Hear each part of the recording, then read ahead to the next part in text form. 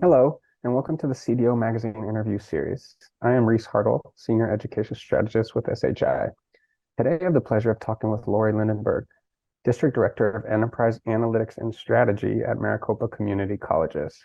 So excited to have you here. Before we dive into specifics, I'd love for you, Lori, just to share a little bit about yourself and the scope of your role.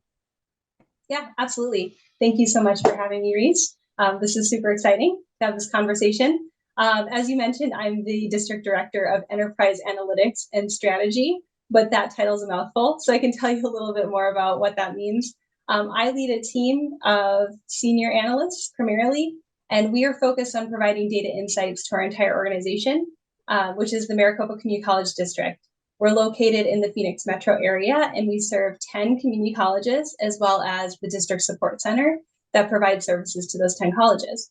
So my team works with district office leadership as well as directly with customers at the colleges. Our 10 colleges all have a data team. And so we provide services directly to those smaller data teams as well as directly to customers at the colleges that have data questions. So we're really focused on helping to answer questions that people have using data. I love that. Well, let's dive in. So I recently just read an article, and you were talking a lot about this desire to shift from analytics that's shaped by compliance and federal regulation to a different sort of analytics that a business would use, including ROI. Can you elaborate on the motivation behind this? Yeah, absolutely. So I've been in higher ed analytics for over 10 years.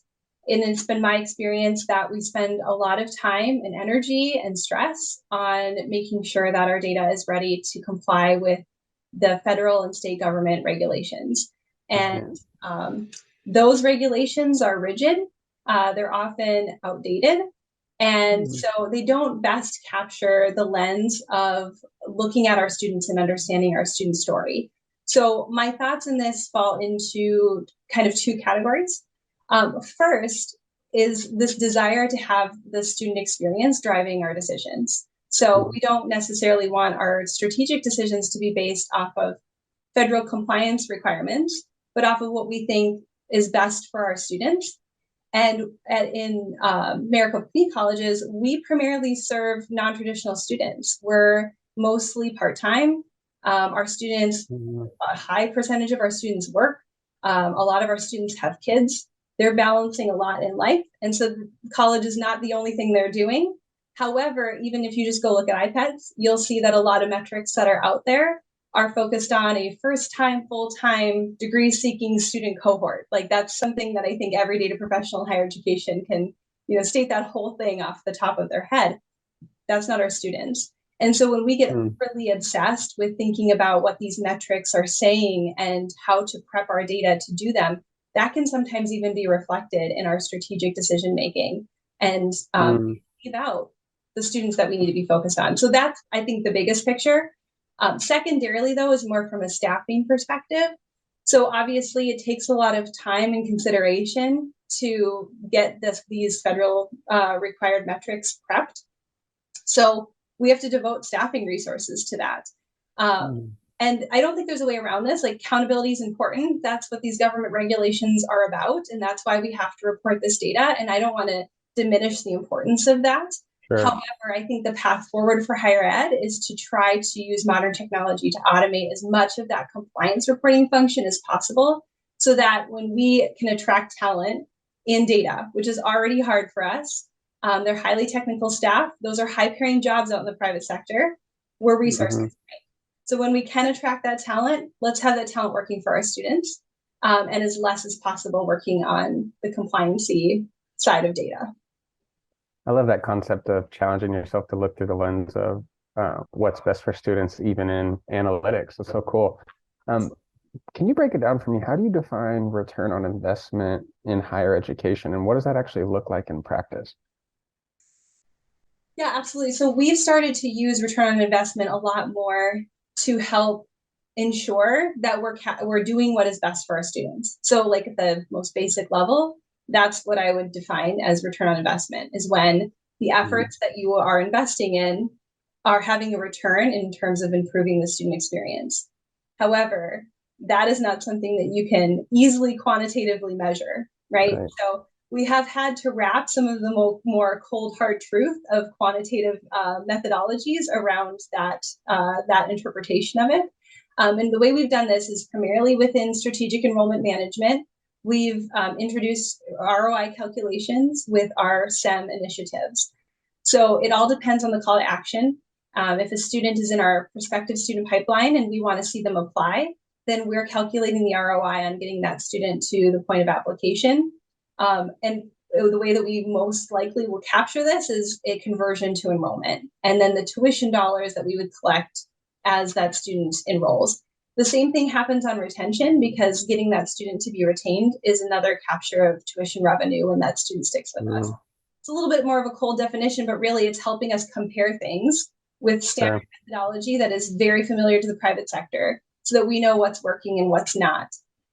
Where it gets really tricky, though, is with completion, because when you improve completion, that means you actually improve the rate of students leaving, which means they're no longer your active customer. So we've worked with some vendors to try to measure more of our postgraduate outcomes and turn that into an understanding of ROI, whether it's a more comprehensive measure of societal contribution, or we've also worked with Equifax to actually figure out what our wage outcomes are when a student exits, and then we can understand how our programs are leading to a positive gainful employment situation for our students after they graduate. Wow. So is that completion component that you're speaking of, is that the most challenging component of ROI for y'all to measure? Absolutely. I think it's because when you think of ROI, you think of getting a return in terms of dollars. And that is easy to calculate when you talk about having a paying customer. But when a student completes, which is the ultimate goal for us, they're no longer a paying customer. And so then you have to think about other ways to look at that student and their contribution, and that and what it means for them to have gotten to that point and reached that milestone. Thank you. A recent quote I wrote down that really sparked some curiosity from me. You said, Maricopa has found a way to capture the weight of our students after graduation. So what are some of those measures you're now utilizing, and why is it so important for us to rethink the way that we're defining student success? I would go back to talking about our wage outcomes. I think that was our first real accomplishment in terms of seeing postgraduate outcomes in a way that we can measure. We want to enhance this, though. We don't want to stop there. So we have an interest, a heavy interest in understanding not just how much a student is making, but if they are fulfilled. Did they get employed in the industry where they were seeking their education? Because it's one thing to just, I mean, we know this, like you and I probably had the same journey, right? When we graduated college, we wanted to go get a job we loved in the field that we're interested in, not just a job that pays us well. We haven't figured that part out yet. We haven't filled in that gap with the data, but we're so excited to just be taking that first step of better understanding what happens to our students when they leave in terms of gainful employment. Let's focus in. So student recruitment is a crucial focus for so many higher ed institutions. You've noted that really focusing thought, attention, and effort towards students' first year is key. Can you elaborate a little bit on why that first year focus is so critical for long-term retention? Yeah, absolutely. So I love that you started this question talking about student recruitment, because these are the two things that have been placed next to each other. And this is the battle we're in higher education in terms of making data help drive our decision making, because COVID obviously impacted our enrollment situation.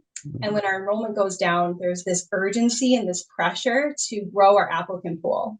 That's what there's this assumption that that's our silver bullet, but it's actually this this amazing opportunity we have on the retention side that oftentimes takes a little bit more storytelling to get people to understand where that opportunity exists on the retention side.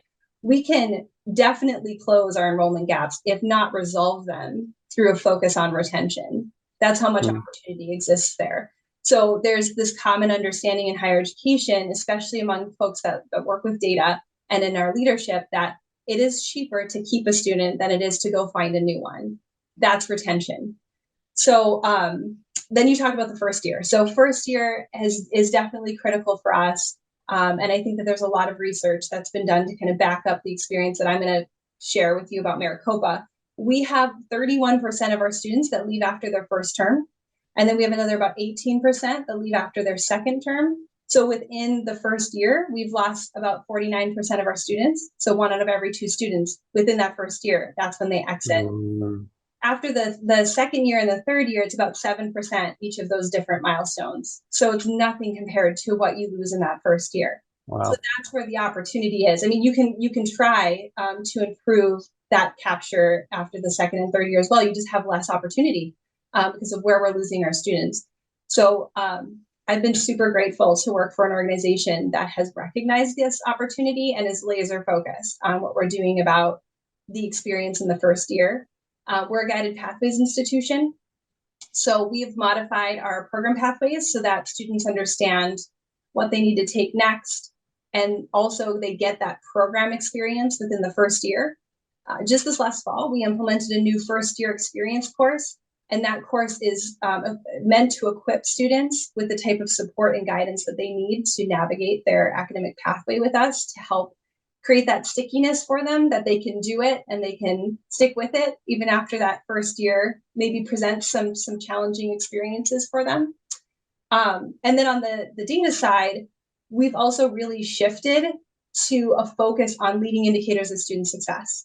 So instead of talking about just completion, which is so far down the road and so lagging when you look backwards at it, we're looking at term-to-term persistence, completion of college level English and math in the first year, credit momentum in the first year. Those things, we can get answers very quickly on how things are going for our students. And we know that they're highly correlated to the student coming back in the second year.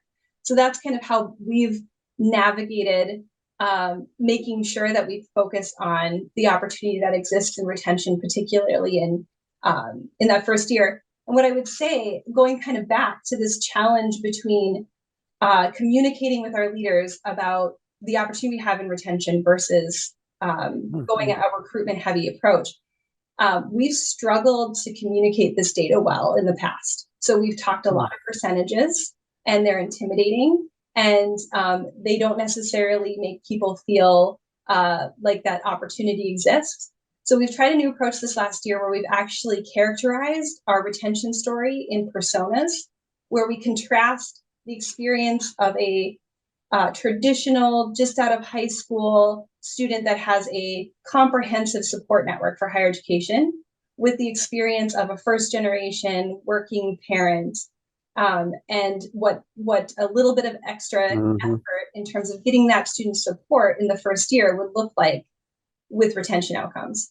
So we're using the data to create that story, but then we're telling the story without numbers. And I think that that's really helped compel people who are driven by the mission of community college and of higher ed, latch onto this idea that retention should really matter and that it can solve a lot of our problems when we talk about enrollment. Thank you so much, Lori, for joining me today. This was a really amazing conversation and so many great pieces of the conversation that we can take away with and apply in our own work. Well, thank you. I think you guys are asking all the right questions. So that's wonderful. I appreciate you including me in this conversation. It's my pleasure. And please visit cdomagazine.tech for additional interviews. Thank you so much, Laura, and thank you everyone for joining us.